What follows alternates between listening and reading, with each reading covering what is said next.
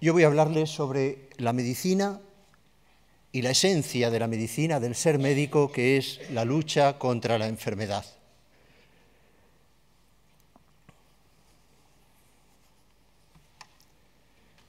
Este cuadro fue pintado por Pablo Ruiz Picasso en 1898 y lo tituló Ciencia y Caridad, dos de los valores más genuinos, esenciales de la práctica clínica, de la medicina.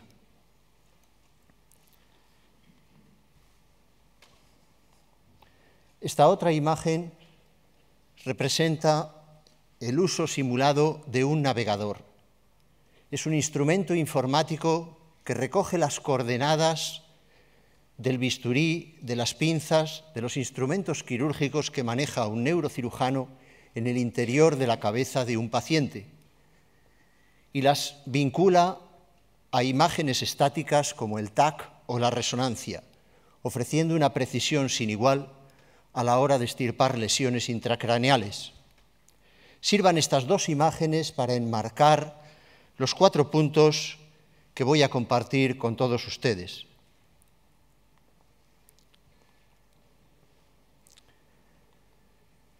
Verán, tal vez la gráfica más ilustrativa acerca de la aportación de la medicina histórica en nuestro país viene dada por esta figura que recoge 116 años de evolución de la esperanza de vida en España. En 1900, cuando Max Planck realizó su teoría, la esperanza de vida en España era de tan solo 35 años. Es decir, los nacidos en 1865, solo la mitad estaban vivos. Desde entonces, la esperanza de vida en nuestro país ha ido creciendo de una forma singular. De manera que en 2016 la esperanza de vida para los hombres es de 80,4 años y para las mujeres 85,9 años. Ellas son mejores, casi siempre. Comparativamente, en 2015, con la media de los 28 países de la Unión Europea antes del Brexit, los hombres en España vivimos 2,2 años más y las mujeres 2,5 años por encima de la media de 28 países de la Unión Europea. De manera que vivir en España ciertamente concede una gran probabilidad de longevidad. La medicina se divide en varias ramas. En un principio solo había médicos, pero pronto se especializó en cirugía, obstetricia, ginecología y pediatría. Y en las siguientes diapositivas voy a compartir con ustedes una muy breve semblanza del avance que ha supuesto en estas áreas de la medicina. Esta es una imagen de la mortalidad oncológica en los últimos 60 años. Fíjense cómo, a pesar de que hoy en día se diagnostican muchos más pacientes con cáncer, la mortalidad ha ido decreciendo, tanto en hombres como en mujeres, desde aproximadamente los años 90. Un gran éxito de la medicina. En cuanto a la cirugía, podríamos resaltar la cirugía laparoscópica, el navegador en neurocirugía y otros muchos avances. Pero quiero ilustrar este quiste coloide en el tercer ventrículo, en las profundidades del interior del cerebro, difícil de extirpar, que está produciendo una gran hipertensión dentro del cerebro y que pronto va a hacer fallecer a este paciente. Sin embargo, gracias al navegador, a esas coordenadas que permiten dibujar dónde se encuentran los instrumentos quirúrgicos dentro de la cabeza del paciente, es posible extirpar estas lesiones con gran precisión. En el campo de la obstetricia, he escogido la determinación de DNA fetal en la sangre materna para detectar aneuploidías, es decir, alteraciones en el número de cromosomas que conllevan una enfermedad genética.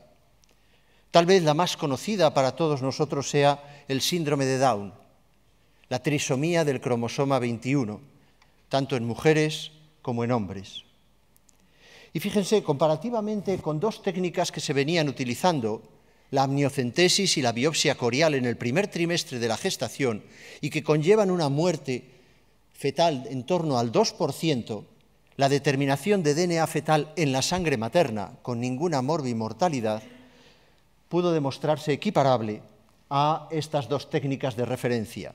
En este trabajo, publicado hace 6 años, que validó esta tecnología en cerca de 1.700 mujeres, pudo demostrarse una gran sensibilidad, especificidad, valor predictivo positivo y negativo, con un índice de precisión próximo al 100%. En el ámbito de la pediatría, la mortalidad infantil en España en los años 60 era nada menos que del 48 por 1000 nacidos vivos. Es decir, cerca de 5 de cada 100 niños fallecían. Esta mortalidad ha ido descendiendo paulatinamente en los últimos 55 años hasta 3,5 por 1000, 0,35%, con una reducción del 92,7%. Entre los avances de la pediatría quiero destacar los trasplantes hepáticos. Esta gráfica recoge el número de trasplantes efectuados en la década de 1999 a 2009 en el Hospital Universitario La Paz de Madrid. Y fíjense, la mortalidad del trasplante hepático en 210 niños fue, o la supervivencia, fíjense, superior al 95% a los 12 meses, a los 5 años del 90%, a los 10 años superior al 88%. La probabilidad de supervivencia después de un trasplante hepático es máxima. Y quiero en esta gráfica rendir un homenaje a la Organización Nacional de Trasplantes, cuyo director durante 25 años ha sido el doctor Rafael Matesanz, consejero de la Fundación Gadea. En el año 1990 se efectuaban en España 1.244 trasplantes y esto se ha incrementado 4 veces en los últimos 25 años. ¿Cuáles son los retos de las especialidades, las 4 principales y de todas las demás especialidades?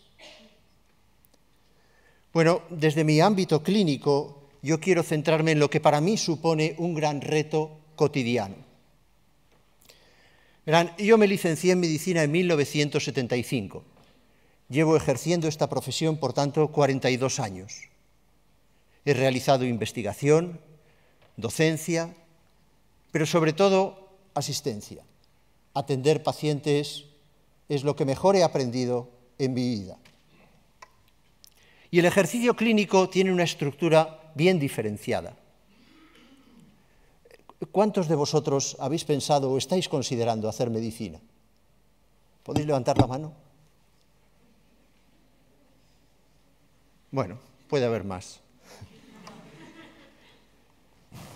Lo primero que hacemos cuando un paciente llega a nosotros es obtener información a través de la anamnesis y de la exploración física, la historia clínica.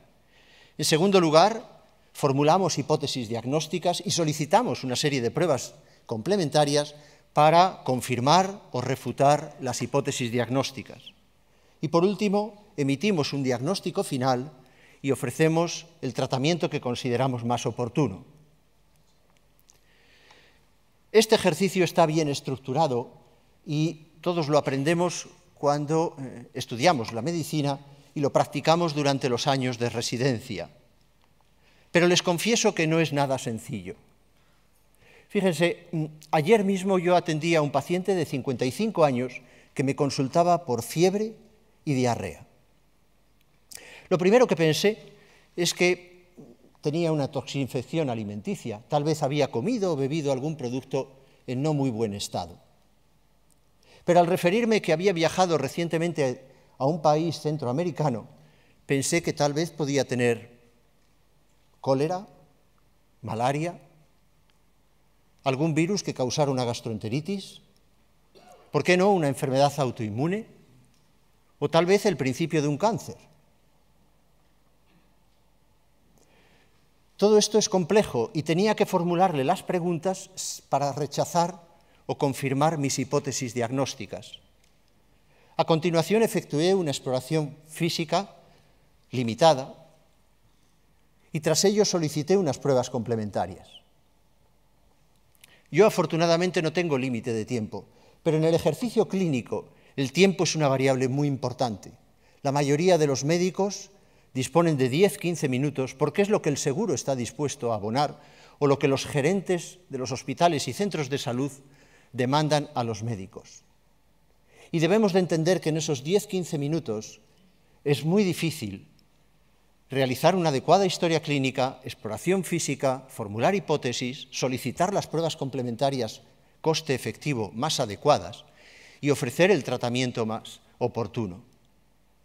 Pensemos que ese médico puede estar cansado, tal vez tenga hambre, o esté incubando un posible proceso gripal, y acaso no se encuentre en las mejores condiciones intelectuales para atender nuestra demanda, nuestra consulta. ¿Qué podemos hacer para ayudar a ese médico?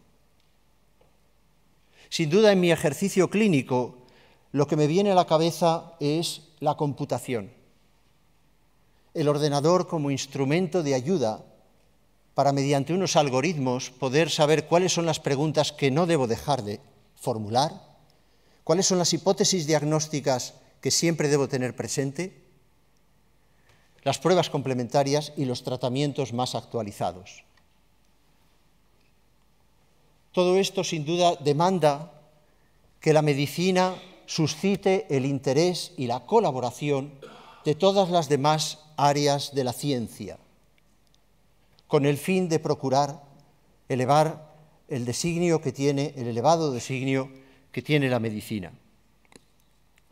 Esa colaboración es imprescindible para procurar la lucha contra la enfermedad y la salud de la población.